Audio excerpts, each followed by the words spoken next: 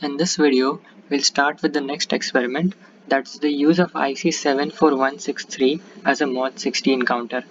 The aim of this experiment will be to study IC74163 as a synchronous mod 16 counter as well as a mod 10 counter. So this IC is very similar to the IC that we used in the previous experiment, that is IC74160. That was a decade counter, and over here we'll be using it as a mod 16 counter. So the apparatus that we require is the baseboard, the single IC 74163 and a few jumper wires. The procedure to be followed is also exactly same. You'll have to mount the IC and you'll have to make the required connections of VCC, ground and so on.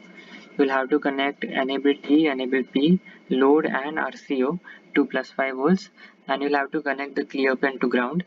You'll have to connect clock, the onboard clock, to pin 2, and you can connect A, B, C, D, that is the input pins, to ground since we want the counting to start from 0.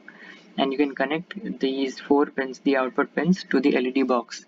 Since it's a mod 16 counter, the counter will go from 0 to 15, and we'll have 4 bits as output, so we'll need all 4 of them to be connected to the LED box.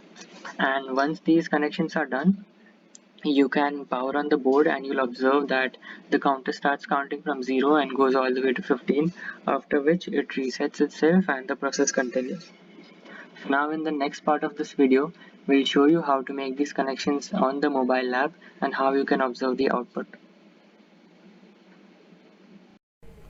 In this part, we'll demonstrate how to implement a mod 16 counter using IC74163. So on referring to the manual, you can implement the same circuit which is shown here.